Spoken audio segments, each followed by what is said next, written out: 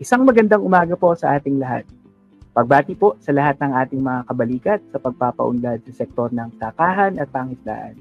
Gayun din po sa aking mga kasamahan dito sa Bureau of Agricultural Research. Siyempre, mainit na pagbati rin po sa lahat ng ating mga kaibigang mananaliksik, mangingisda at magsasaka sa buong Pilipinas. Binabati ko rin po ang lahat ng ating mga participants sa StreamYard. Good morning po. Gayun din sa lahat po ng ating mga viewers via FB livestream po ng page ng DA of Bureau of Agricultural Research. Bago po tayo magpatuloy, ay pakishare naman po ang ating live stream ngayong umaga para mas marami pong maabot ng mga kaalaman na atin pong matututunan sa pamamagitan ng paksa natin ngayong umaga. Sa ating pong mga participants sa StreamYard, maaari po ninyong fill outan ang feedback form sa pamamagitan ng link na makikita po ninyo sa comment section maya-maya. At para naman po sa ating mga FB live viewers, mangyari pong pakifill outan ng attendance sheet na makikita niyo po sa comment section. So ayan po, inuulan tayo ng pagbati ngayong umaga. Good morning po sa inyong lahat. Muli narito po tayo sa buwan ng seminar na handog po sa inyo ng DA Bureau of Agricultural Research sa pangunguna ng Knowledge Management and Information Systems Division.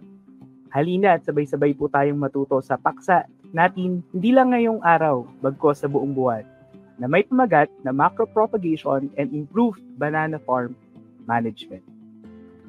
So ayan, batiin muna natin siguro ang ating mga participants at viewers.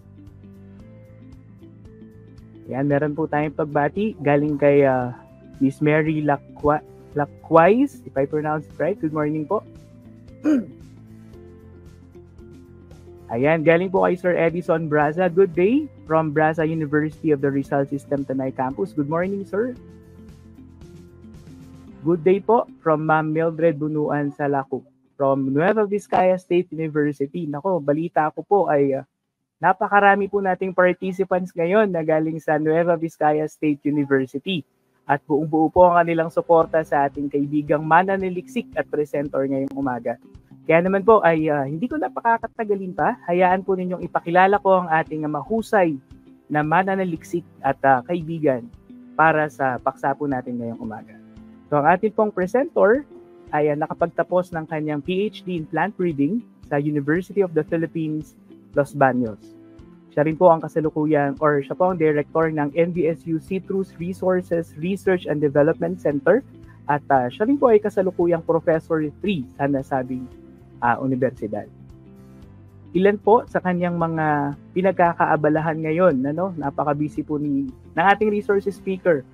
Ilan po sa kanyang mga ongoing R&D engagements ay mga sumusunod: Citrus Resources Research and Development Program, Enhancing Tissue Culture and Macro Propagation of Saba, Cagayan Valley's Planting Material Support System for Banana, National Cooperative Test for Cool Elevated Rice, at NVSU Seed Foundation Project. Iniimbitahan ko po ang lahat ng ating participants at viewers, sabay-sabay po nating i-welcome. Pwede po siguro nating i-hit yung ating mga emojis or icons dyan sa FB at sa StreamYard. Sabay-sabay po nating i-welcome ang ating mahusay na resources speaker ngayong umaga, si Sir Dr. Albert A. Sana. Good morning, Dr. Albert. Good morning po, Sir Angel, our host.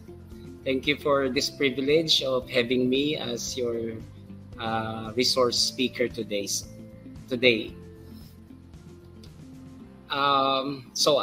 Shall I start na po?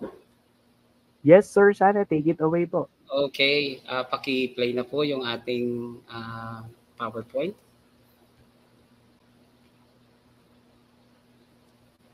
Good morning. I'll be talking about macro propagation and improved banana farm management, and it's going to be focused on the actual experience of our university, the Nueva Vizcaya State University.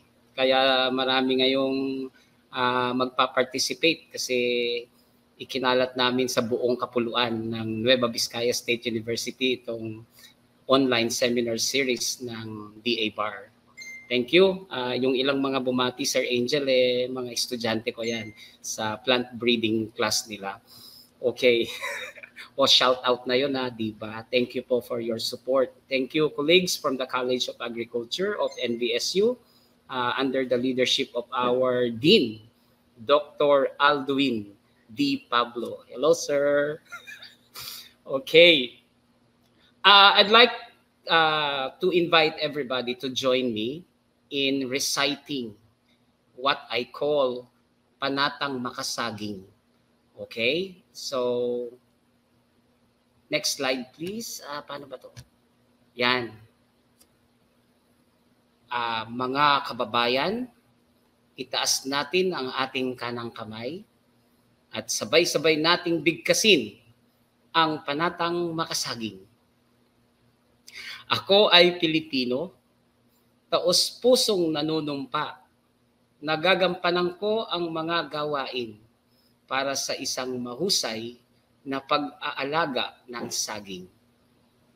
Kapag ako ay nagtanim, kahit libre pa ang saging, aalagaang mabuti at laging dadalawin. Hindi ako gagaya sa dating kinasanayan. Saging ay babalikan kung may bunga na lamang. Kaya po mga kasama, ako'y inyong tulungan upang sa gawaing ito, ako ay magtagumpay. Okay, God bless you. Heart naman dyan kung nagustuhan nyo ang original na Panatang Makasaging. Okay. For information of we actually have more than 90 unique cultivars of bananas in the country. Napakarami po. Kaya tayo ay isa sa mga center of diversity for bananas, no? Pero makikita nyo sa market and even in the export market, there are only 3 varieties dominating production, no? Nariyan yung Cavendish types, yung green na banana, specifically Grand 9 variety, which is extensively planted in Mindanao region. Okay? Sa Davao, yan. Yan ang pinakamalaki at malawak ang cultivation. As you can see in the mean annual production, no? This is in million metric tons. More than 50% ang share ng Cavendish variety. And specific itong Grand 9. Meron din tayo, lalo sa Luzon, Bungulan and Tumuk Cavendish. Okay? So you can see, no, 4.56 million metric tons ang production yan because of the large tracts of land, no, ng mga corporation natin sa Davao region specifically. Itong Lakatan, so export market kasi natin itong Cavendish type. I should remember that. And then itong Lakatan, nasa 930,000 ang kanyang contribution sa banana production natin. Nasa local market ang Lakatan, gusto natin yan. And then we have Saba. Saba is a cooking type banana. Kaya meron tayong banana Q, turon, o di ba, paborito natin yan. Marami rin ang production ng Saba kasi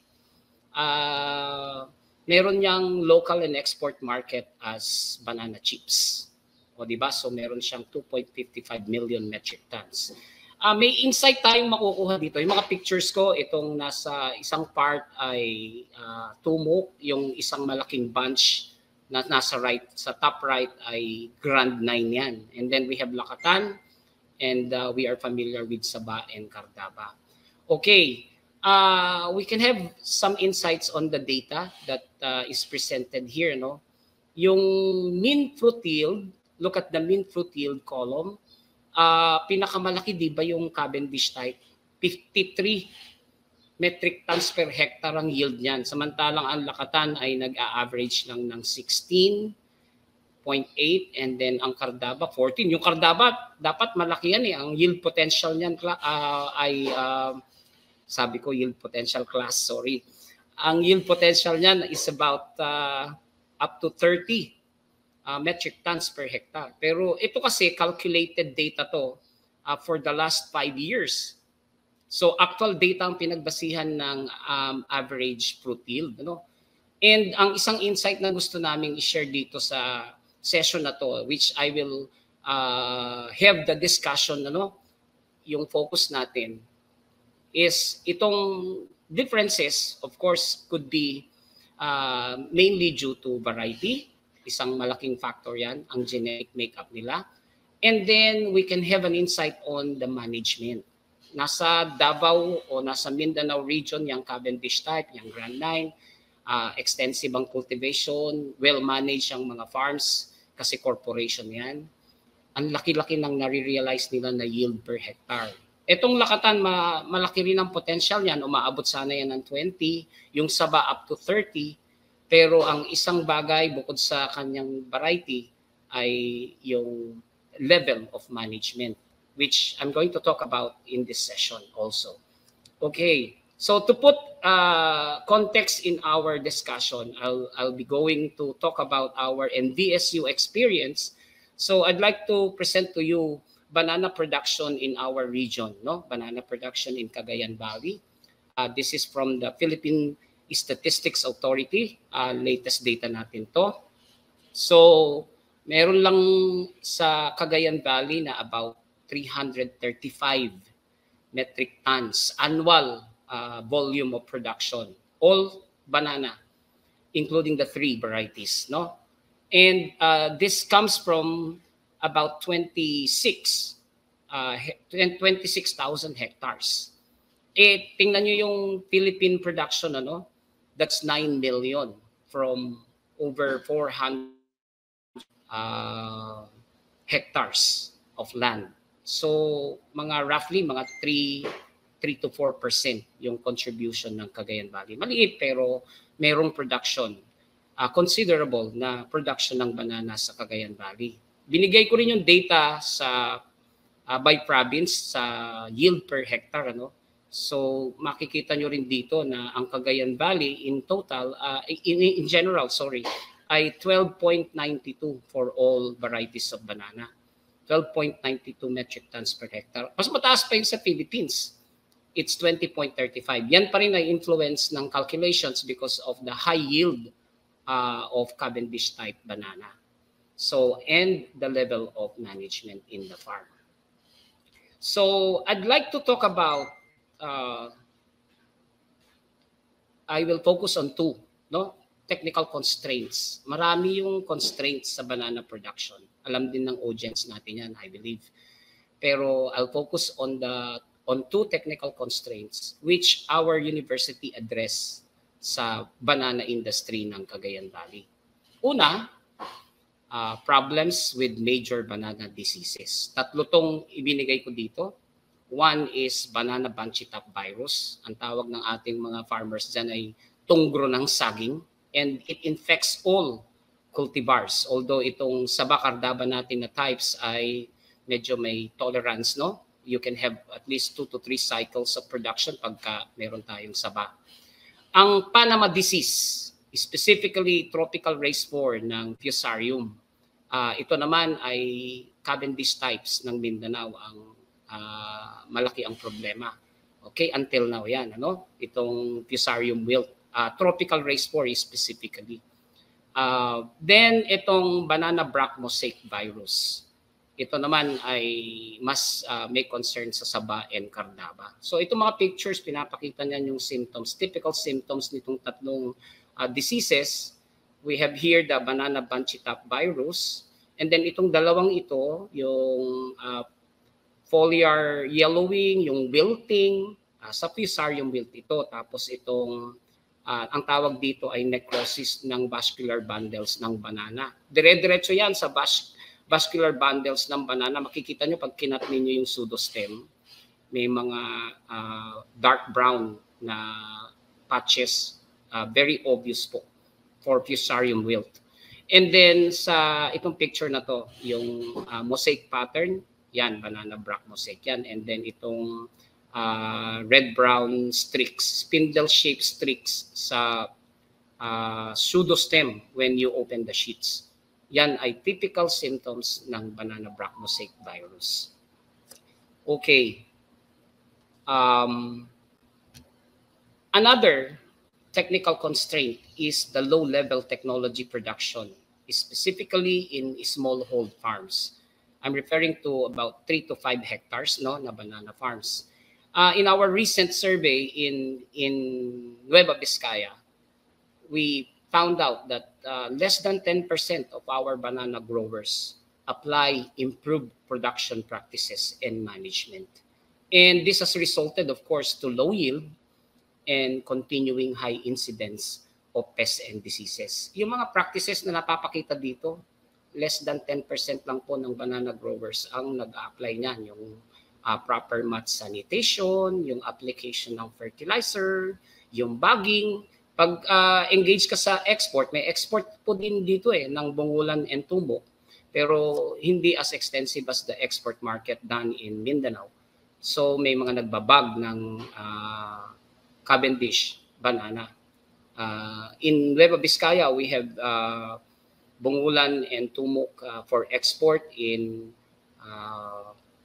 Somil, Villaverde. We have in Kasibu. Yan, mayroong specific na mga towns in Nueva Vizcaya engaged in this activity.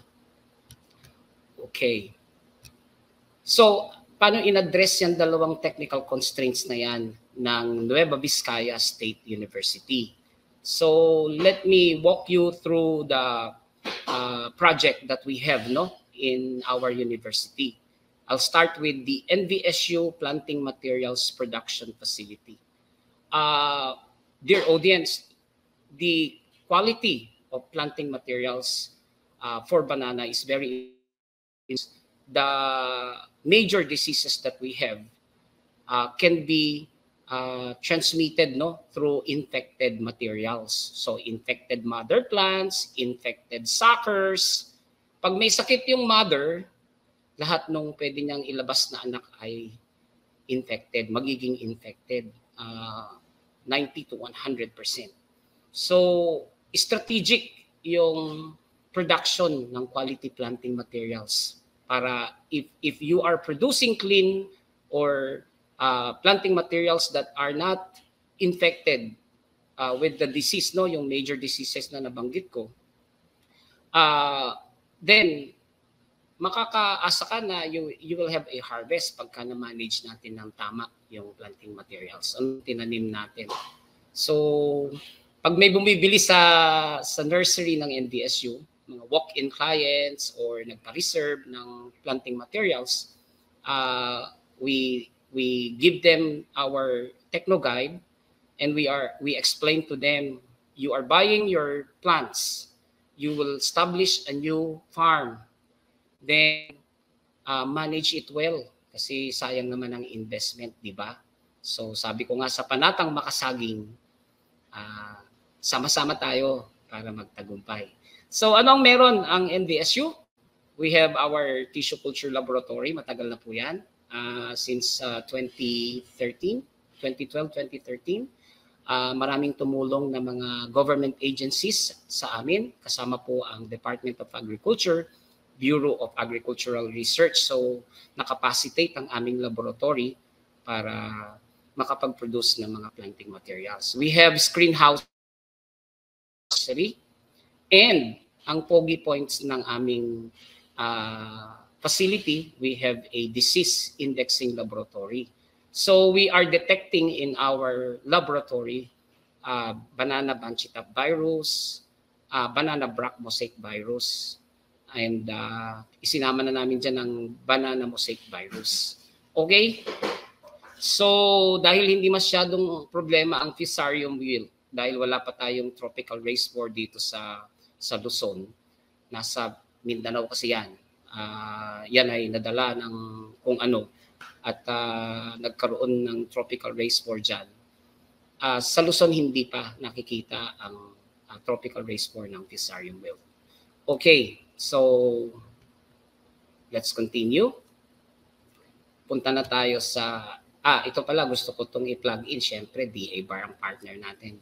Binigyan kami ng pang-enhance ng aming laboratory. Dito ang bagong bahay namin. Our tissue culture laboratory with funding support from DA Bar.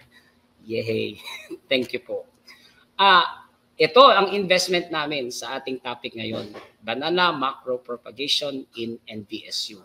Hindi naman to bagong technology. Ginagamit na to ng ating mga farmers commercially sa Africa, no? Pinopromote ito ng Biodiversity International, sorry. And what we did here, I think mga 6 or 7 years ago, we verified this with local banana cultivars that we have. So, ito yung naging findings at ito yung application namin hanggang ngayon, no? Since the verification. Itong whole corm technique works well for lakatan, for tumok, bungulan, and latundan. May nag-try din na isang partner namin sa Morado, yung red na saging. Pwede rin. It works well, no? The technology works well with Morado. We can get about 25 to 30 plantlets per sucker through this technique. Ang bago naming na-verify na isa, although we previously used whole corm technique also for Saba or Cardaba, mas gusto niya yung split corm. But generally, mas kukonti yung napoproduce namin sa Saba. No? Sa Ilocano, ang Saba ay lahat ng saging. And they call Saba dipig. So dipig yan sa Ilocano. 10 to 15 plantlets per sucker. O imagine, itong picture na to, hindi po to downloaded. Picture ng aming banana macro propagated ito na application ng technology, ng whole corm technique. Imagine 25 to 30 plantlets per sucker. You could simula ka sa 20 to 15 sword sucker as your propagule, no, for macro propagation. Mabibilang na napakarami na agad noon in less than 5 months, no? 5 to 6 months lang ang kailangan natin. Ang tissue culture kasi, while it remains to be the most rapid technology for propagating planting materials for banana, medyo mas matagal yung cycle niyan. Siyempre, pag nagsimula na, dire-diretso. So, itong effort, investment of our university in macro propagation rather, complement sa facility kasi may dagdag kaming planting materials through this technology. Okay, ito yung pinaka-diretsong mga steps, no? But I'll just pass through this quickly because after this presentation, we will have the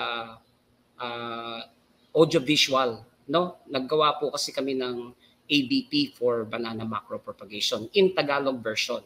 Ngayon, nagkaroon namin ng Ilocano version. O, di ba, nag-e-evolve pati yung pag-present namin para mas maraming ma-reach na audience. Okay, so it starts, as you can see in the picture, no? From left to right.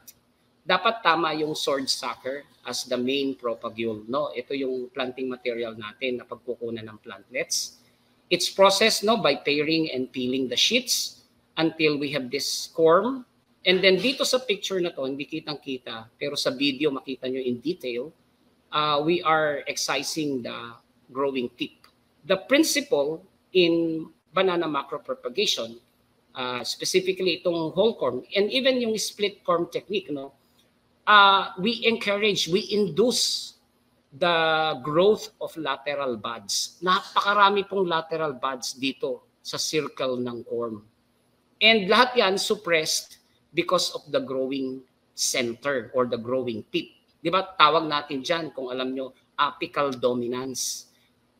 Hindi nagbabranch yung puno o yung halaman kasi yung growing shoot niya, siya ang kumukuha ng lahat ng pagkain para siya yung mauna.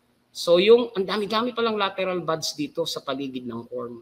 Pag pinatay natin yung center niyan, yung growing tip niya, then apical dominance is broken and the lateral buds grow. Ang dami po nito. Ang una, akala namin mabilis ganun lang, ano? So nung tinry namin yan sa local cultivars, so tinanim namin yan, aming improvement sa conditions nito, we tried carbonized rice hull, o yan, in combination with compost material. So organic lang at saka CRH. 1:1 na ratio. Aba, ibang ganda po na mag-ugat, no? So loose yung lupa, tapos may source ng nutrients because of the compost. CRH promotes root development well, no? So yan, kasama yan sa package na pinapakita namin at kinakalat namin sa mga kliyente. Ang aming experience in any local cultivar, no, that we used, yung first batch niyan will have about 3 to 5 seedlings only. Ito, sa fourth picture natin. Pinapatayan ulit, no? Kung ano yung ginawa namin sa corm na original, yun din ang gagawin dito sa individual seedlings when they have about 2 fully expanded leaves. Like what you see in the picture. Bata pa yan, ano? Pinapatay na yan. Yung tamang pagkat, merong procedure yon. So, hindi basta kinakat. Etong bawat isang to na seedling, kung meron kang 3, papatayin lahat yan. First batch yan.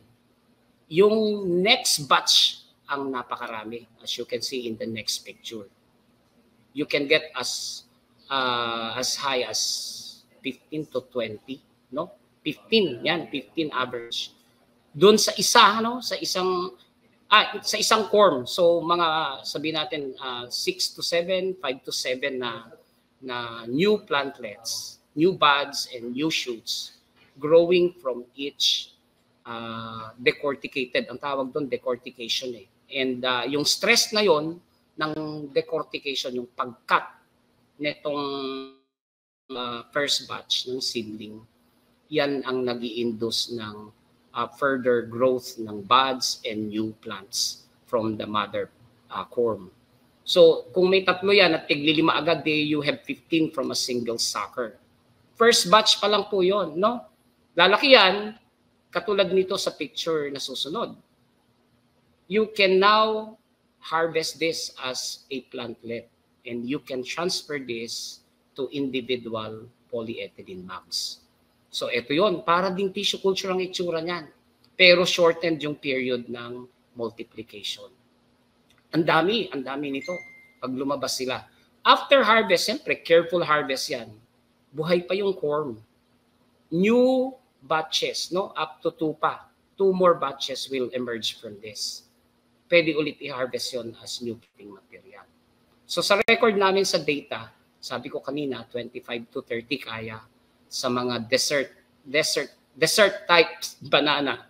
Then sa Cardapa medyo mga 10 to 15 lang. So ready na yan in less than a month in the nursery. After acclimatization, pwede nang ready for field establishment ang plantlets natin.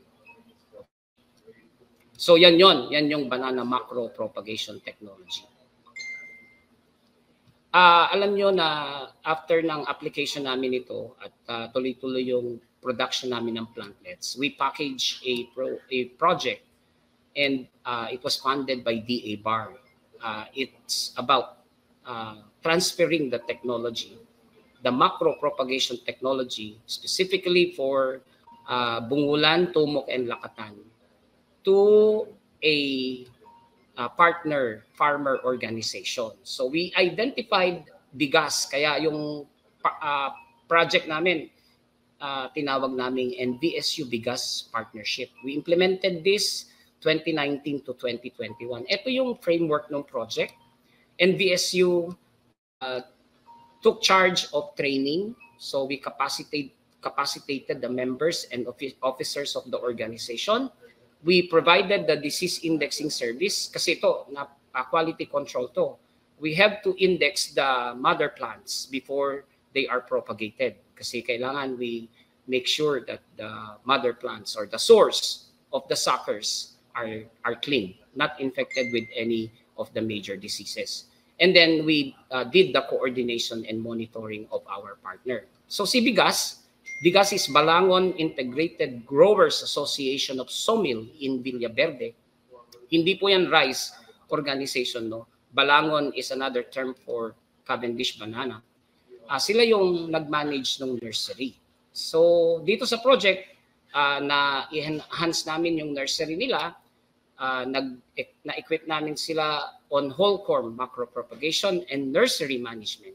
And in-include din namin yung monitoring ng selected farms planted with our macropropagated materials or plantlets. Ganun po yung pinaka-framework nito, and we were able to transfer the technology to the hands of our farmers in this project. So we produced about 7,293 plantlets in this project, aside from capacity building of our partners. No? Kita niyo yung mga pictures dito, nag-hands-on kami dyan. Tapos may series of meetings kami. Alam niyo naman ang experience sa mga farmer organizations, no? Kasi may papasok yan na resources, merong sales kasi, may income na papasok. At pumasok ang income sa kanila dahil sa production ng macro-propagate planting materials. And it's very good, no? An opportunity came during the implementation of the project because the provincial local government unit of Nueva Vizcaya, merong inalat na fund, no? The PLGU allotted fund for buying the plantlets of the organization, and they distributed this to farmers in the province, no? We established in this project about 15 new banana farms, no, in Cagayan, in Nueva Vizcaya. So partial list po itong narito. Meron kaming mga ilang monitor dito, si John Eric Cabael sa Pahitan Bayumbong, si Joselito Lacadin, Angelito yan dapat, sorry, hindi ko na correct, naalala ko na. Nariyan yan sa part ng District 4. So sa Bayumbong din yan. And we have others. At tuloy-tuloy po to kasi we are continually producing planting materials. Okay? So yan ang naging impact nung engagement ng university in transferring macro-propagation technology to the hands of our farmers, no, banana farmers. And we also produced through this project our first Tagalog version of banana macro-propagation in AVP. Now in YouTube, you can access this, no? Tatlo na actually yan, no? Yung first na Tagalog video through NVSU YouTube channel. Yan, i-screenshot ko yan para makita nyo. I hope kita pa sa inyong end yan, ano? And we have 2 YouTube videos produced by DA Bar. I think sina Sir Angel Padura, yung grupo niya ang nag-produce nitong videos na to. Right, Sir Angel? Kayo to, itong grupo na to, no? Yung banana macro propagation na nasa YouTube sa DA Bar. Dalawa po yan. Okay, isang testimonial at isang about the technology. So tuloy-tuloy po yung information sharing about this technology. Siyempre, ito yung sinasabi kong isa na we are doing. We are one of the disease indexing laboratories in the region. Merong bagong mga nagdi-develop sa region. I think kasama ang Quirino State U and then ang DA, meron sila. Itong disease indexing namin, it's a service facility now. Actually, we are using this also for citrus kasi ang citrus meron ding problema sa transmission ng diseases, major diseases through the multiplication of planting materials. So yung service namin naka-orient yan sa nursery in the production of planting materials. Ang facility namin is capable of both serology, yung protein-based na technique. At itong pinapakita ko ngayon ay DNA. Nasa genetic, nasa molecular level po itong detection na to. Parang COVID-19, may rapid, di ba? May rapid na test. Tapos merong gold standard na PCR-based. Ito PCR-based po to. Itong pinapakita kong picture, yung C1 to C3, control check yan para pag may lumitaw na ganitong band, yung guhit na puti, nakikita nyo? Pag may lumitaw na ganyan sa mga niload namin na samples, positive yun.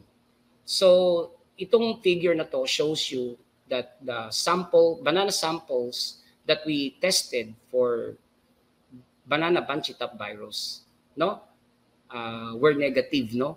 Negative sila kasi wala silang expected na ang tawag dyan sa genetics ay amplicon. This band actually, no, tong tatlong bands na to sa C1, C2, C3, they represent the bacterial DNA ng viral DNA ng banana bunchy top virus. So part 'yan. Kaya kung meron kaming makukuhang virus DNA or viral DNA from the sample that we get for testing, mapaparami yung kopya na yon at mapapakita yan in the form of this band, DNA bands. So, hindi magkakamali yung test kasi positive or negative lang siya. COVID-19, di ba? O pregnancy test, parang ganon. So, yan yung ginagamit namin na standard sa disease indexing. So, when we get samples, if we say from the results, this is negative, these samples are negative, these samples are positive. Hindi pwedeng paramihin yung mga samples na ang pinanggalingan ay positive for the disease. Okay. So, naggawa kami ng unit cost analysis for one cycle of banana macro propagation. Kinompute namin ito sa 20 plantlets per sucker at 30 pesos per planting material. So, for 2,000 plantlets produced, you will get 60,000 as your gross income. We computed the production cost based on material and we got about 20,500. So we will have a net income of about 39,000, more than 39,000. So ito unit cost analysis. So sa aming analysis, ang production cost per plantlet will take about 10 pesos, no? 10 pesos. So ang magiging net income per plantlet is about 20 pesos kung ibebenta natin ng 30 pesos per plantlet. So pwede pang ibaba actually yung presyo pagka macro propagated kasi hindi yan ang investment ay kasing dami at kasing costly ng tissue culture kasi may laboratory ang tissue culture. So ang kailangan lang natin is ma-servicean tayo ng disease indexing. So kaya kami nag-package ng that's the reason why we package the technology transfer to our biggest partner in Villaverde. Kasi the technology can be managed by farmers themselves, no? So ang kailangan lang nila sa technical input yung disease indexing which our laboratory can provide. Okay? So the other constraint, paano namin in-address yan? Yung low-level technology adoption. So, yung pagpapabaya sa saging, di ba? Malaki ding laban yan dito sa Luzon. Sa Mindanao, dahil well-managed ang mga farms doon, wala tayong problema. Alam nila yung magandang management. So, dito sa Luzon, para magawa namin yan, we established 3 banana techno showcase farms with NBSU planting materials. Itong nakikita na yung picture, ito yung early years namin na nag-establish. This is about 2017. Buhay pa po yung Techno Showcase na yan. Dito mismo yan sa Bayombong campus, about 4,000 square meters. So we have in NBSU, we have one in Villaverde, and we have one in Kasibu since 2017. Latest naming balita sa Kasibu ay nagdoble na yung kanilang size ng farm from the Techno Showcase. Kasi they are earning from the sales of their bunches, no, of fruits. Okay, we also, this is about promoting, no, improved production practices and management for banana. Ang latest niyan yung panatang makasaging. Okay, we monitored the showcase and selected farms. Of course, we have to do that as the university to check on the actual application of the good practices. Yung mud sanitation, yung de-leafing, di ba? Ang banana natin, kita nyo, punong-puno ng dried na dahon. tapos hindi inaalis yon. Ang dami-dami nung pwedeng maging ikakalat na sakit. Yung sigatoka, ay lahat yan ay infecting the leaves. So when we don't remove them, maapektuhan yung capacity ng fruiting ng banana natin. So deleafing is important. No, hindi naman mahirap yung gawin. Yung mga farmers namin ngayon gumagawa na yan. Meron silang sickle na mahaba na inilagay sa bamboo pole na maliit para ma-reach nila yung matataas na dahon. And they regularly deleaf the mats. No? Ang mats po yung mother plant na may mga anak. Sa saging ay mat ang tawag, MAT. Desuckering, o yan, di ba? Nanghihinayang kasi ang farmers natin na mag-desucker o kaya ayaw talagang kunin. Pero ang daming extra. Kaya yung mga sumusunod, usually, maobserbahan nyo, alam ng mga farmers natin yan. Pag hindi nagde-desucker, yung mga sumusunod na nagbubunga, yung raton ng halaman, ng banana, no, raton din ang tawag. Parang sa rice na pag nag-harvest ka, you will have raton plants no, in less than 2 months. Meron ding raton crop ang banana. So, yung mga unnecessary suckers, pwedeng alisin yan eh. So, parang pwedeng ilipat kung wala pa namang sakit ang mother plant, na may maintain lang sana yung 3, pinakamaganda yung 3, isang mother plant which is fruit bearing, isang follower, and then 1 sucker. Yung the rest pwedeng alisin, pwedeng patayin, pwedeng ilipat as planting material. Okay? Field grown nga lang yon. Okay? So, yung sucker na malinis, galing sa malinis na mat, na tamang size, yun ang ginagamit namin sa macro propagation. Yung fertilizer application, yung then ang patubig, napaka-importante po. Parang walang nag-i-irrigate ng sagingan, di ba? Okay. Parang ang naririnig ko, self-sufficient daw yan. Sariling kayod, kaya ng saging. Pero hindi natin marirealize yung tamang bunga pag gano'n ang ating practice. Okay. We also engage students. Kasi young minds yan eh. Ang aming mga estudyante sa NBSU, karamihan anak ng mga farmers. So, ini-encourage namin talaga sila na when we have topics on this, we promote improve the application of improved production practices and management. So when they share, pwede silang magsabi sa kanilang mga folks, hey, we improve, no? It's time to improve our practices. And later on, ini-encourage din namin sila na maging entrepreneurs. So who knows, merong mag-i-invest sa banana, alam niya ang kanyang gagawin pagka nag-establish siya ng sariling farm. Okay? And we engage them also in maintenance operations. So nakakakuha kami ng trabaho sa kanila, but they enjoy the activity. Okay. Kasama yan sa aming aggressive promotion ng improved production practices and management. And we integrated these practices in all our banana training packages. So we produce this techno guide, no? Ang aming mga techno guide kasi as mentioned, ako rin yung isa sa mga nag-handle ng programa namin sa Citrus. Ang aming ginawang tatak ng mga techno guide namin ay Katas ng Prutas series. So nakapag-produce kami ng katas ng saging, meron kaming katas ng citrus, o di ba, Pinoy na Pinoy. Tapos ang ibig sabihin, di ba, the meaning of katas ng prutas is parang katas ng pawis, yung pinaghirapan, o di ba? So ito, isang techno guide namin, 2017 pa ito na ilabas. Katas ng saging yan, techno guide for application of improved production practices and management for banana. Naka-specify dyan yung spacing na magkakaiba per variety. Nakalagay dyan yung dapat malinis yung planting materials mo, hindi yan kung saan-saan lang kinuha. Yan.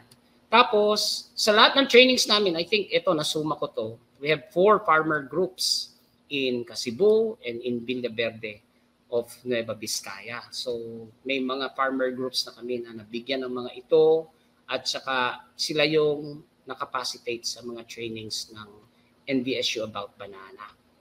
Okay? O you can remember or you can ask for copies of Katas ng Saging. Ang dami na po naming na-i-distribute, na-circulate na kopya niya mula noon nung nagawa po yung material. Okay?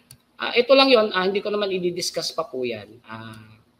Ang tawag namin kasi dyan ay bagong saging package of technology. O di ba madaling tandaan, bagong sapot. Ang tawag namin kasi sa mga hindi nagmamanage mabuti ng saging, lumang saging. Kaya pag nagte-training kami, ang aming challenge after the training to all our participants, are you lumang saging or you are bagong saging? Okay, so several aspects, no? I'll just quickly run through this planting materials. So syempre, tissue cultured or macro propagated plantlets are recommended. The farmers can later get their own field-grown suckers for planting materials only from healthy mats. So merong fertilizer recommendation. Siyempre, sinasabi namin na best na you have the soil analysis before you follow any recommendation. Kasi doon ang pinakamaganda para sa application ng fertilizer. And then irrigation, no? Ang isang general recommendation dyan is plant at the onset of wet season. Pero pag may provision for irrigation, maganda yung timing ng dry season kasi ang bungahan yan during the months na wala masyadong bagyo. Pag wet season kayo nag-umpisa dahil nagsasamantala kayo ng tubig, pagdating ng isang cycle ng bungahan, nata-timing na maraming bagyo. So maganda pag may irrigation facility investment tayo. Okay, weed, kailangan nating mag-weed, mag-de-leaf na sinabi ko kanina, mag-desucker.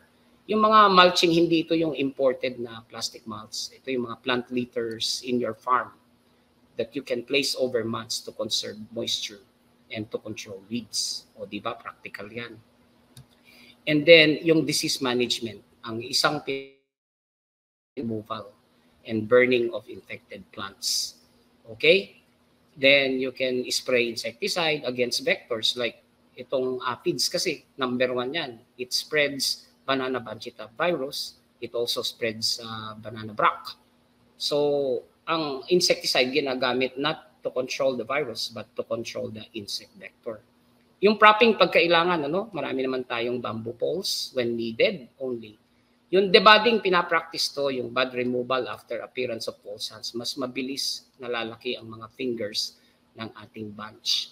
And then bagging, maraming benefits sa bagging. Pero hindi namin masyadong nire-recommend yan for saba kasi hindi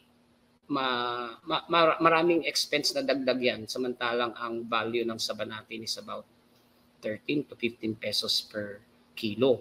So, ang laki-laki na expense sa imported materials for bagging.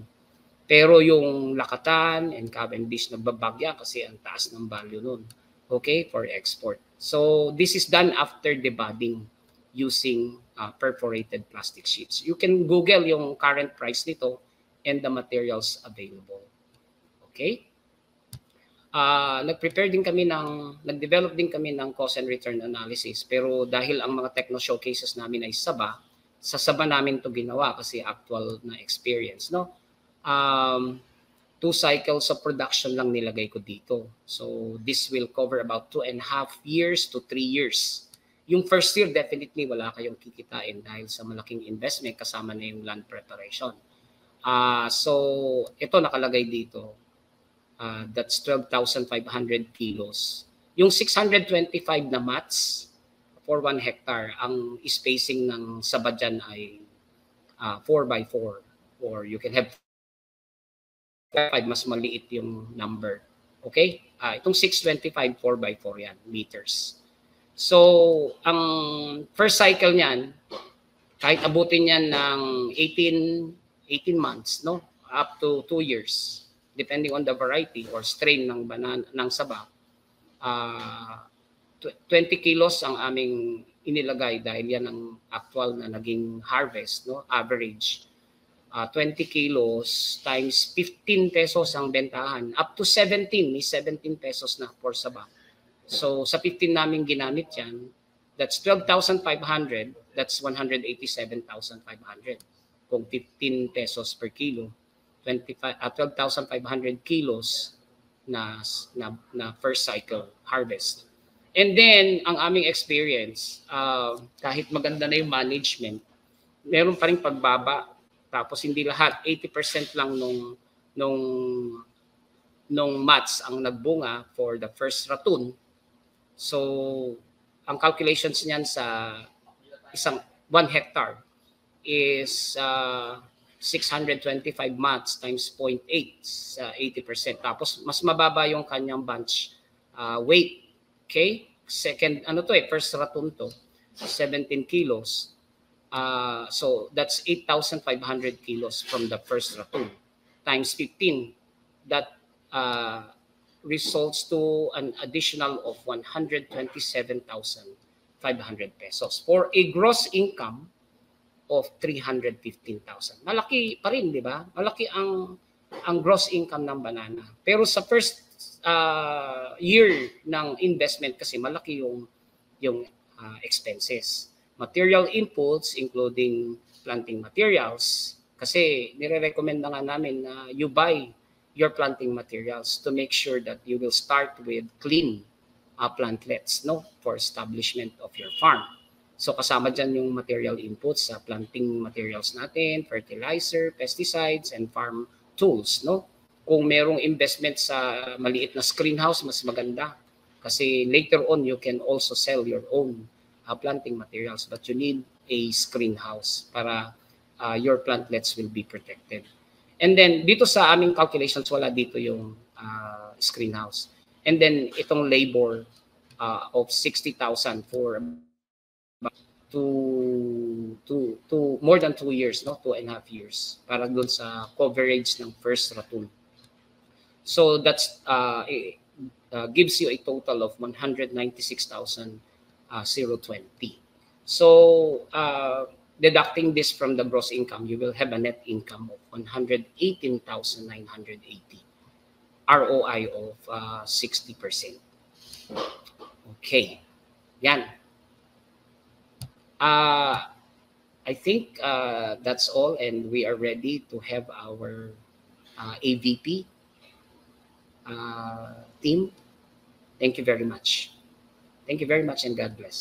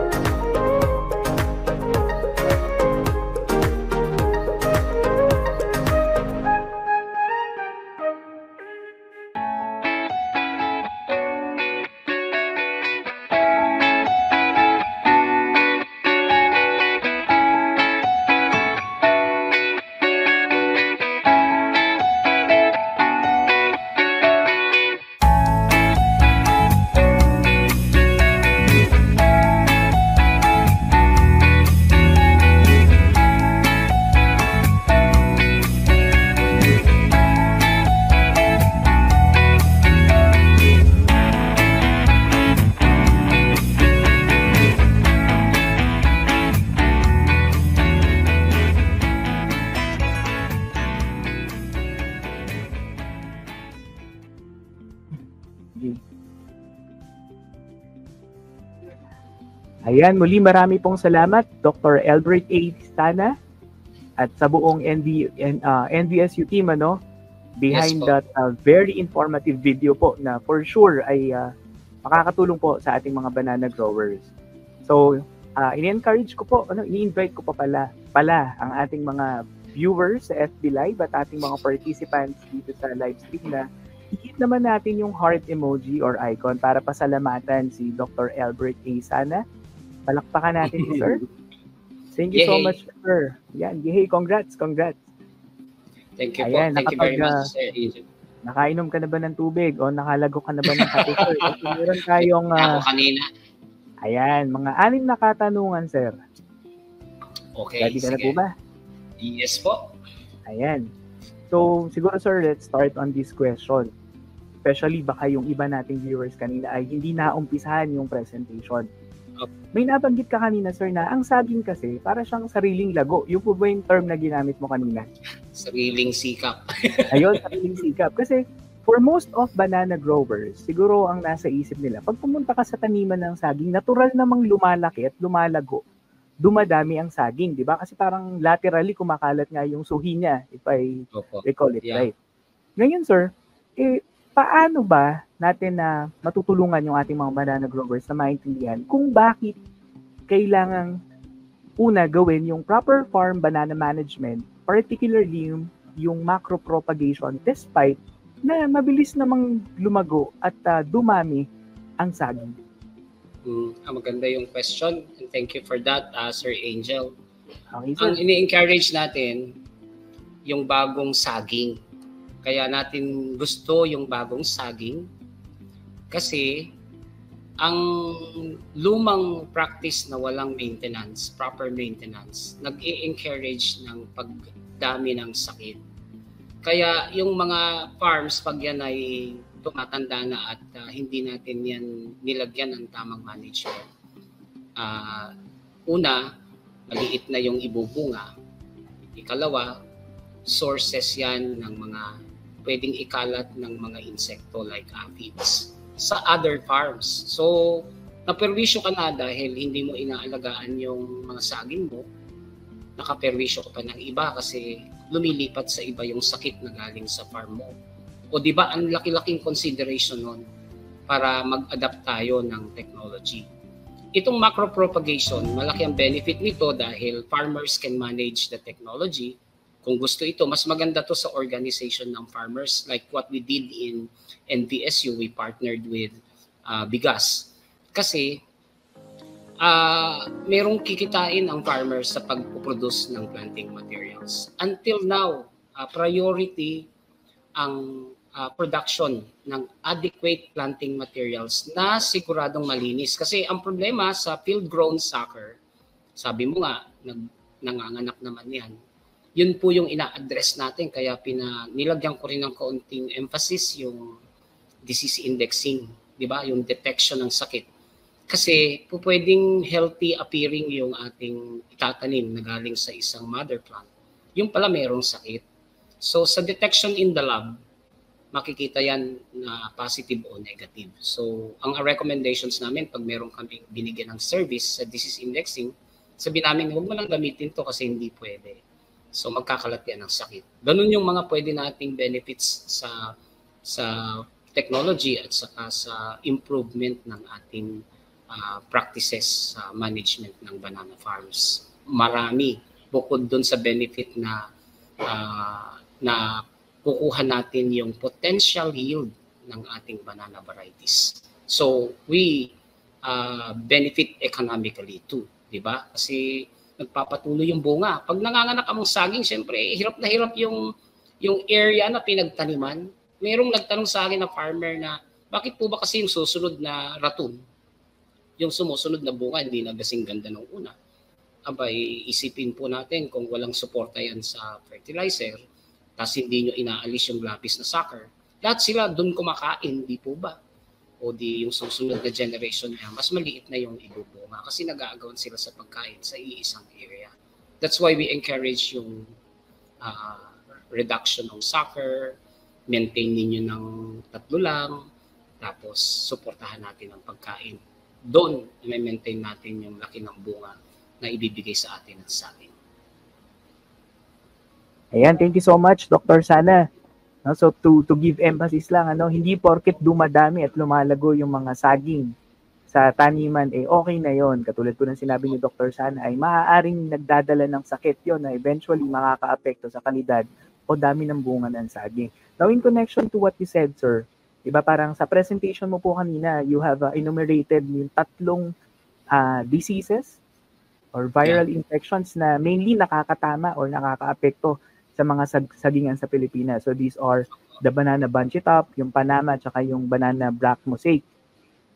Para po sa ating mga, kasi baka yung iba po nating banana growers, kumbaga napapansin na nila na merong parang anomaly or may kakaiba sa saging. Hindi lang nila ma-identify na yun mismo. Sir, can you give them qualities or symptoms or maybe effects netong mga viral infection dun sa saging para matulungan po yung banana growers natin na first malaman or ma-screen na possibly yung tanim nila ay infected? Okay. Yung pinakita kong 3 pictures kanina doon sa slide ko, typical na itsura yan ng mga infected materials. Yung banana bunchy top, familiar ang maraming farmers dyan. Yan yung parang nababansot yung saging sa early. Meron yan kasing early at saka late expression yung banana bunchy top. Mas maganda pagka early expression kasi bansot at saka naninilaw yung dahon ng tinamaan ng tungro. Alam nyo sa macro propagation, kaya po maganda yan. Kasi yung tutubo, halimbawa nakalusot sa screening, just in case, wala namang ganong cases, pero pag yan ay ginawa ninyo at may tungro, may banana bunchy top yung source, yung tumutubo po na unang batches ay nagpapakita na agad ng typical symptom ng banana bunchy top. Bansot, ang dahon ay may naninilaw na edges tapos hindi lumalaki. Sabi nila landscape plant daw. Merong nagkakagusto pa na plantito. Yung pala infected ng banana bunch top. Yung late expression niyan ay mas mahirap kasi sana bubunga na tapos hindi pala. Merong bunches na lumulusot pero maliit na mga fingers yung saging. Okay? Yung banana black mosaic, ang isa sa pinakapalatandaan niyan yung mosaic pattern ng yung red brown na colors sa puso ng saging. Nakikita po 'yan. So may mosaic na part na nakikita parang mapa-mapa ng mga dark brown na colors doon sa puso ng saging. Tapos pwede niyo pong hilahin yung base ng sheet ng saging to expose yung pseudostem. Pseudostem ang tawag dyan sa katawan niya. Makikita nyo yung spindle shape na dark brown. Yung red brown na colors. So, yan, palatandaan yan ng sintomas ng banana black. Tapos, lumiliit yung fingers. Okay? Yung Panama, yung wilting ang una, isa. Tapos, makita nyo naninilaw. Tapos, yung naninilaw yung dahon, may reduced na size din, tapos naninilaw siya. Tapos, pag pinutol nyo yung kanyang puno, makikita nyo yung may mga dark spots doon sa paikot ng kanyang pseudostem. Typical na symptom yan ng mga sakit na yan. And ang immediate na mga paraan para ma-manage yung mga sakit, lalo yung mga viral diseases. Ang unang recommendation, syempre, gamit sana tayo ng resistant variety. Itong Panama disease, may resistant variety na dyan galing sa tissue culture, Ang tawag ay Somaclone. Let me check yung code nung variety niyan. GCTCV119. This is resistant to tropical rice borer.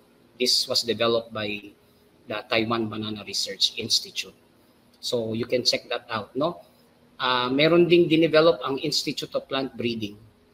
Kasi ang Envision din naman kami breeding institution, okay? So ang IPB in UP Los Baños ay nakadevelop na ng Lakatan Somaclone din, galing din sa tissue culture po. Moderately resistant sa banana banchitap. Ang pangalan na nirelease nila ata sa variety ay Mapilak. Remember that, Mapilak. So isa yan na magandang solution sa management ng mga disease na yan. Ang isa pa, yung immediate is the immediate removal of the materials or mats that show the typical symptoms. Kasi black mosaic and banana banchitap, they are spread by aphids. So, pagka kumagat si aphid dyan sa infected material, infected plants, ikakalat nila yan sa healthy plants or healthy mats. Ito namang Panama disease, kahit yung water and soil movement, kasi ano yan Fusarium wilt yan, fungus yan, na-spread yan kahit dun sa movement ng tubig at saka ng soil. Meron ngang parang pagka nakapunta ka dyan sa area na meron, nakatapa ka, gumamit kang sapatos, pag hinugasan mo yung footwear mo, pwede kang magdala ng sakit. Okay? So, yung mga simpleng control measures sa hygiene, like may foot bath ka sa park, malaking tulong yon sa management ng Panama disease. Okay? Yung irrigation control at saka yung immediate removal ng may sakit. Malaking bagay yan. Then, we control the vectors too. No? So, we spray chemical insecticides. Ang aphids, pwede rin yan sa sa soap solution with oil. Yan, kasi na-suffocate ng oil and the soap yung body ng aphids na mamatay yan. So, ang recommendation namin sa banana banchitap, before removing at saka burning the infected materials, see to it na nakapag-control na ng aphids. Kasi mahirap yung parang binulabog mo pa sila pagka pinagpapatay mo yung tas mas umalis sila dun sa source. Hindi nyo napatay yung mga aphids na nakatira na dun sa infected material. Akala nyo natapos na yung, dahil na-remove na, di ba? Na-alis mo na sa farm o na-burn mo na. Yung pala, ang daming iniwan na kumagat sa kanya na aphids. Yun po, mga practical na bagay na pwede nating gawin para i-manage, makita rin yung typical na symptom nitong mga infected materials. Thank you, Sir Angel. Ayan, thank you so much, Dr. Albert, for being generous enough dun sa mga practical tips at saka yung, kumbaga, on the onset maybe, or baka yun nga, ongoing na yung infestation o yung mga sakit, para matulungan din, no, na ma-identify yung ating mga banana growers, yung mga viral infection, which leads us to what you said na hindi nga dahil sa sariling lago or sikap itong saging, hayaan lang natin, no? Kaya kailangan din matutunan ang macro propagation together with the proper farm management. Third question, sir. This is from Ma'am Jenny Lou Velasquez.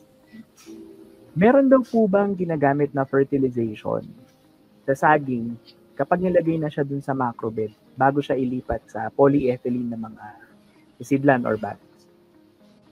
Yeah. Mabuti you ask po. Yung mismong first na macro propagation namin, Ma'am Jenny Lou, compost lang. 1:1 na compost. You can use vermicompost kasi we have vermicompost in the university. We have a regional vermi center. So doon kami kumukuha. Tapos gumagawa kami ng sarili naming carbonized rice hull.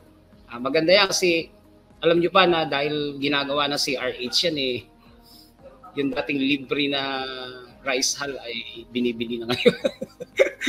So nagkaroon tuloy ng presyo yung ipa.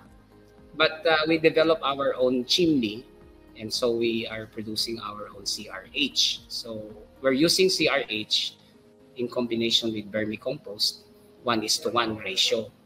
So improvise lang yung original naming mga macrobed galing sa alulod ng ng nasirang bahay, ganyan, no? May mga maintenance work dito, hinihingi na lang namin yung mga yero.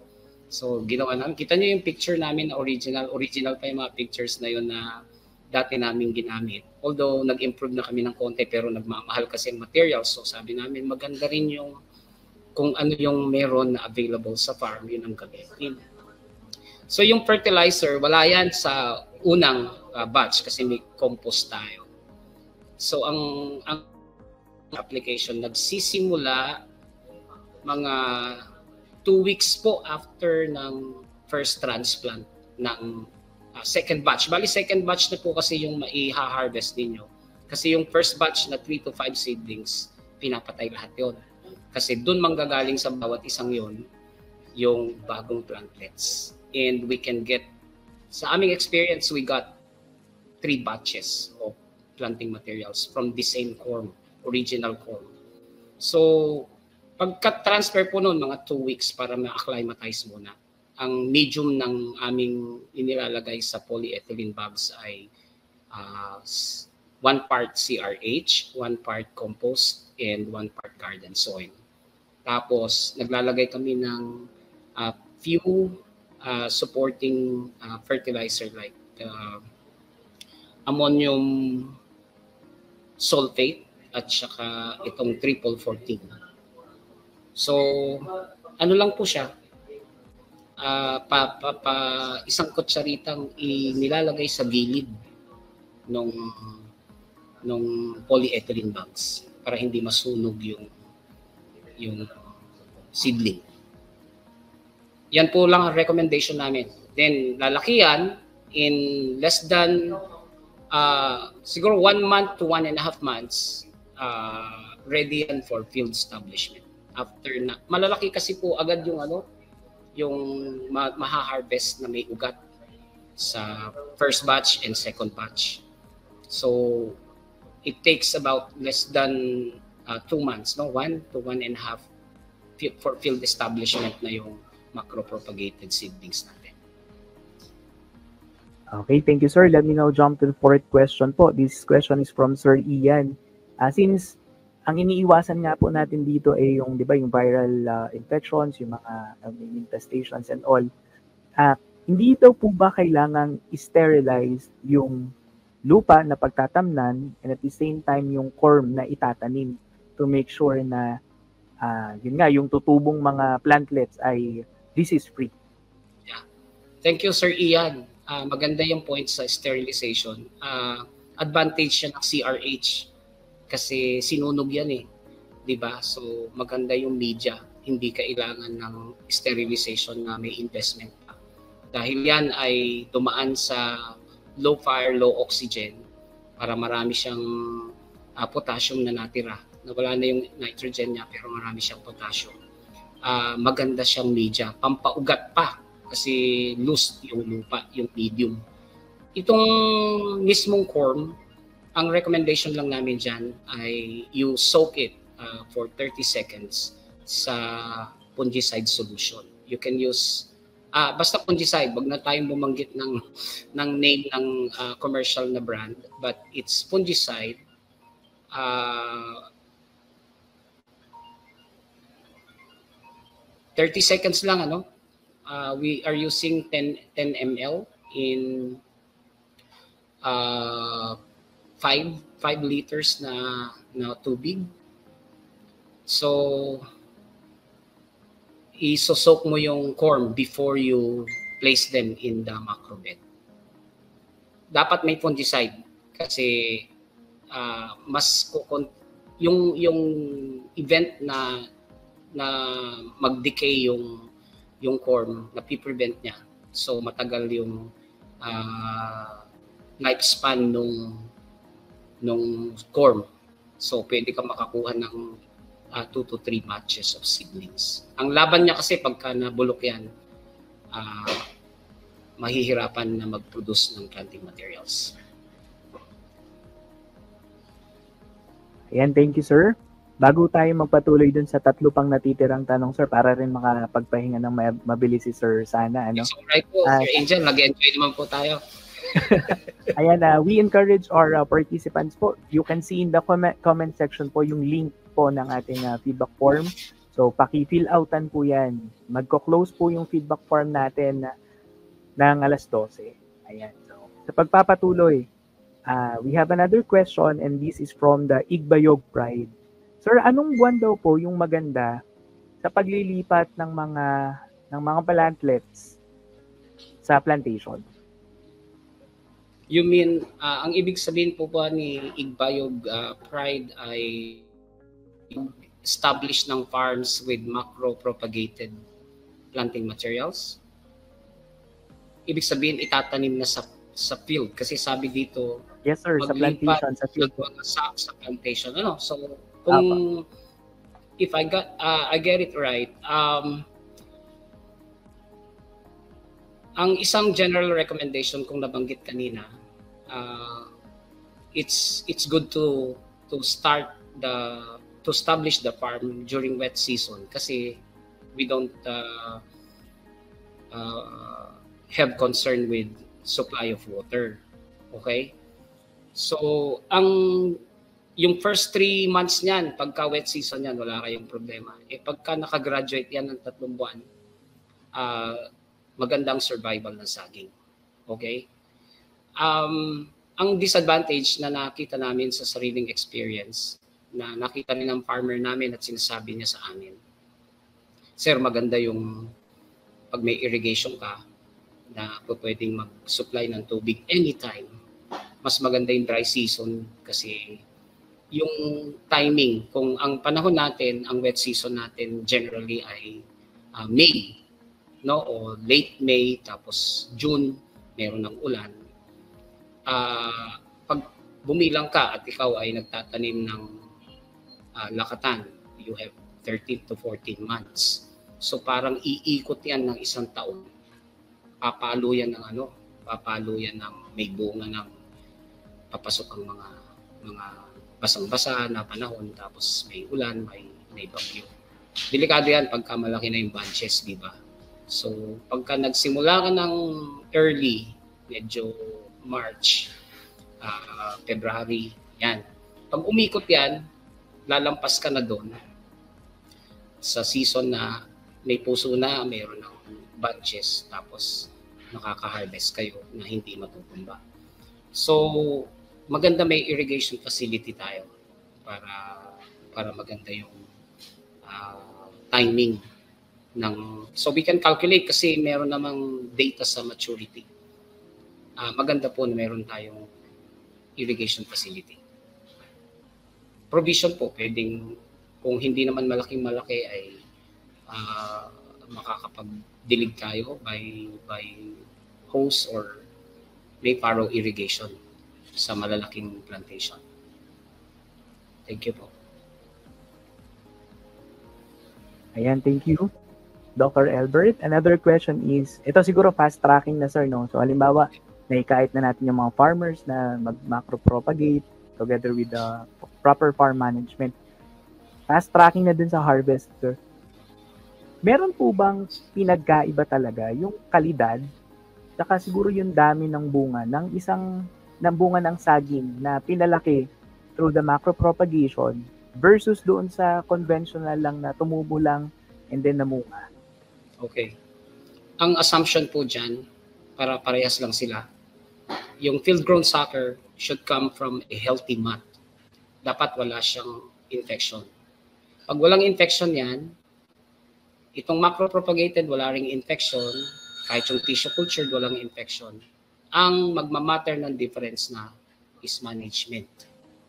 Kasi halimbawa, parehas na variety yan, wala tayong pag-uusapan sa magiging yield potential.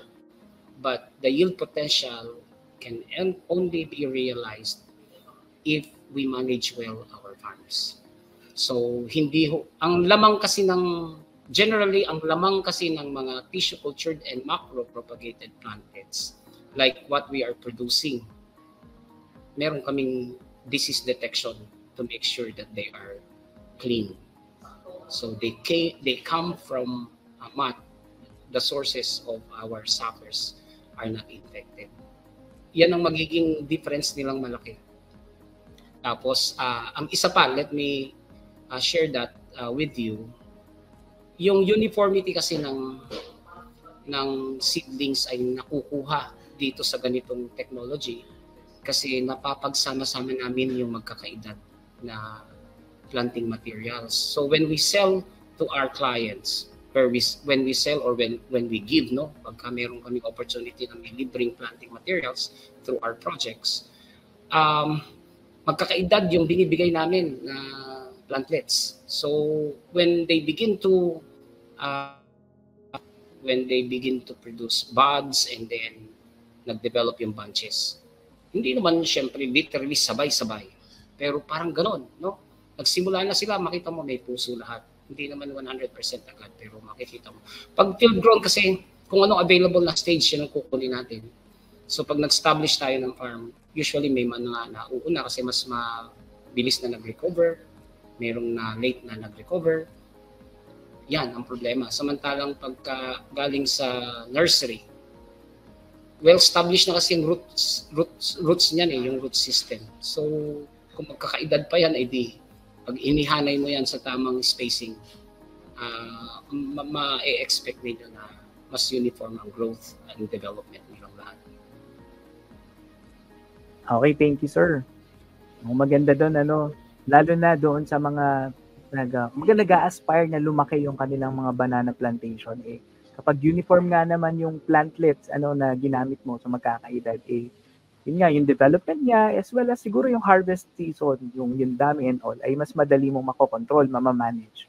So sana mas makatulong yan sa ating mga banana growers. Ito po yung last question natin, Dr. Elbert. Base po sa naging karanasan po ninyo sa research for development project na ito, katuwang ang aming ahensya, the Bureau of Agricultural Research, paano po kaya natin mahihikayat at matutulungan pa ang mga banana farmers, maging ang mga LGU na subukan at pagtuwangan itong banana or proper banana farm management, particularly yung macro propagation, para mas lumaki yung produksyon ng saging, eventually mas lumaki yung kita ng ating mga banana farmers. What would be your recommendation, sir, para sa collaboration ng LGU at saka ng mga banana farmers? Okay. Una, magandang magpatuloy yung ganitong information sharing. So we are grateful to the ABAR kasi very rare na opportunity to. Kaya sabi ko nga sa mga kumontak sa amin, it's a privilege. So dito pa lang sa platform na to, ang dami na nating na pagbigyan, na share ng ating information about this technology. So ang laking tulong nun sa awareness ng ating mga interesadong farmers. Isa pa, katulad ng experience namin, well, individual farmers can venture. Di ba? Hindi naman problema na kung gusto niya, magawa siya. Meron kaming mga na-train na participants noon sa Kasibu. Nagkukwento na sila na they tried the technology and they got the results. Pero pagka malakihan kasi yan, dahil gusto nating mas marami yung planting materials, umiikot yung income na ma-manage ng isang organization, maganda yung organize ang farmers natin. Alam nyo, yung experience namin sa bigas, hindi naman siya perfect na experience, no? Kasi alam nyo naman ng mga organization ng farmers, may mga discussion yan, may mga opposition. Alam nyo ba na maikwento ko lang dahil last question naman na to, Sir Angel, siguro okay naman tayo. Sana nag-enjoy ang ating mga farmers at ang mga kasama nating lahat dito sa session. Ano nga ba yung sasabihin ko? Nawala tuloy yung aking point. Anyway, maganda yung problema kasi sa organizations, reality siya . So, yung aming, ito na, naggawa pa kami ng policy, di ba? Nakipag-session kami ng ilan para maliwanag sa buong mga organization nila, na members nila, na ganito dapat ang management ng ating nursery so we can sustain our operations. Sinulat namin yan, kasama sila. Ganito ang polisiya sa nursery. Kailangan namin gawin yon para tunay na matulungan yung organization. But we recommend and we encourage our farmers to belong to a good organization. Maganda nga, cooperative . Sa Taiwan, cooperative ang gumagana. Nung pumunta kami na parang nag-benchmarking kami. Pero sa citrus yan, ang laki ng output ng planting materials production nila sa citrus, sa case ng citrus. And they are organized into good cooperative. Pag nagka-problema sa ganito ang cooperative o ang organization, yan mahirap.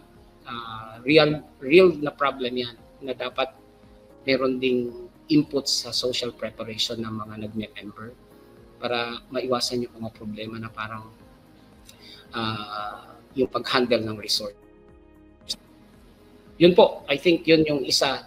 Bali, dalawa yan nasabi ko, yung patuloy na information sharing and dissemination. And the other one is organization of our farmers to empower them.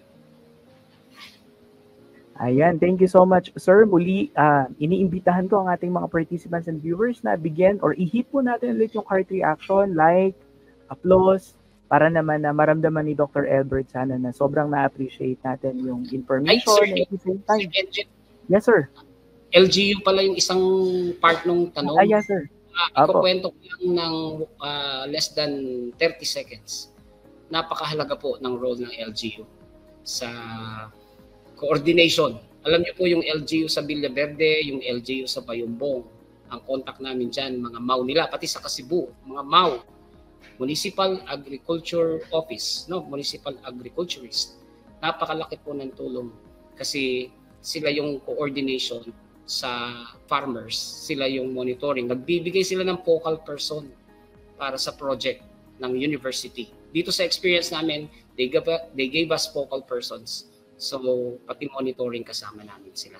Malaking bagay po. Ayan, thank you. And hopefully, yung mga ibang LGU na mga kapartner pa natin in the near future ay maging ganun din po, So, muli maraming salamat, Dr. Albert sana. So, ito ginagawa po namin ito sa lahat po ng aming mga resource speakers. Hihingan ko po kayo ng pinakamaikli, yet hopefully impactful message po ninyo. Una, ano po ang inyong message? General na lang po sa lahat po ng magsasaging sa Pilipinas. Ang pleasure po ng NBSU dito sa Banana Project namin, we give our clients quality planting materials. For us, sabi nga nung isang popular na quotation, seed is life, di ba? Seed is life. Yung planting material, seed din yan eh. So, masaya kami pagka nakita namin na yung planting materials na nabigay namin o nabili ng aming kliyente, nagbibigay sa kanila ng maraming benefit, including economic benefit. So, sabi ko minsan, parang ayaw ko na mag-research eh. Gusto ko na yung mag-develop nito kasi mas gusto ko ang development. Anyway, we encourage po everyone, lalo na po ang ating mga banana growers, panatang makasaging. Okay, so ito naman po last, kung may message kayo para sa mga magsasaging, para naman po sa mga kapwa po ninyong mananaliksik, to have them encouraged, what would be your most concise yet very impactful message to them? Bihira. Dear colleagues, we just continue with our devotion in doing research for development.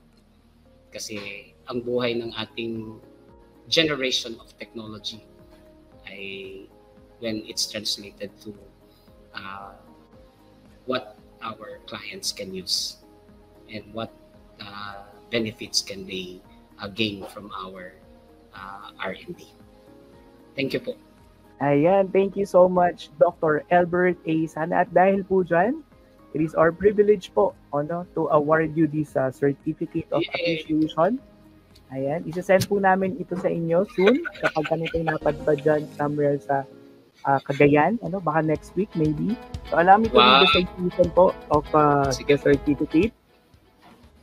The Department of Agriculture Bureau of Agricultural Research awards this certificate of appreciation to Dr. Albert A. Sana for sharing his invaluable knowledge and skills during the seminar titled Macro Propagation and Improved Banana Farm Management, the NBSU Experience, held today, 19th of October 2023, via StreamYard. given this 19th day of October 2023, virtually, signed by our dearest director, Dr. Junel B. Soriano. So we'll be handing these to you, sir, as soon as we can. And pala kita. Yes po. So once again, sir, maraming pong salamat. Palakpakan po natin si Dr. Albert Sana. Virtually. Thank you, Jenny. I can see your appreciation. Thank you po. Ayan po. Wow. So mayroon na naman po tayong bagong natutunan ngayong umaga o ngayong buwan sa pamamagitan ng Research for Development project na pinagtulungan po ng NBSU at DA-BAR. Kasama na rin po ang ating mga farmer cooperators sa Nueva Vizcaya. Para mas marami pa pong kaalaman, mga napapanahong teknolohiya, i-follow po ninyo ang aming FB page, that's DA Bureau of Agricultural Research. Meron din po kaming IG account, that's DA-BAR Official. Meron din po kaming official YouTube account. Actually, ito pong ating seminar, ililipat po natin ito sa YouTube account natin in a while. So that's BAR Official. Lagi po ninyong subaybayan ang ating mga seminar series kada buwan. So muli, marami pong salamat sa lahat ng viewers, participants. Huwag pong kalimutan na fill outan ang feedback form. Muli, maraming salamat po, Dr. Albert A. Sana. Thank you, sir. Dami nagpapasalamat. Maraming salamat po. Thank you, Dennis. Ayan, nawa ay maging kapaki-pakinabang po ang ating paksa sa inyo, lalo tigit sa ating mga magsasaka. So this has been your host, Jello from DA-BAR, Dr. Albert A. Sana. Muli, maraming salamat po. At dito po nagtatapos ang ating seminar sa buwan ng Oktubre. Have a blessed day, everyone. Thank you, Dr. Albert. God bless DA-BAR. Thank you, Sir Angel.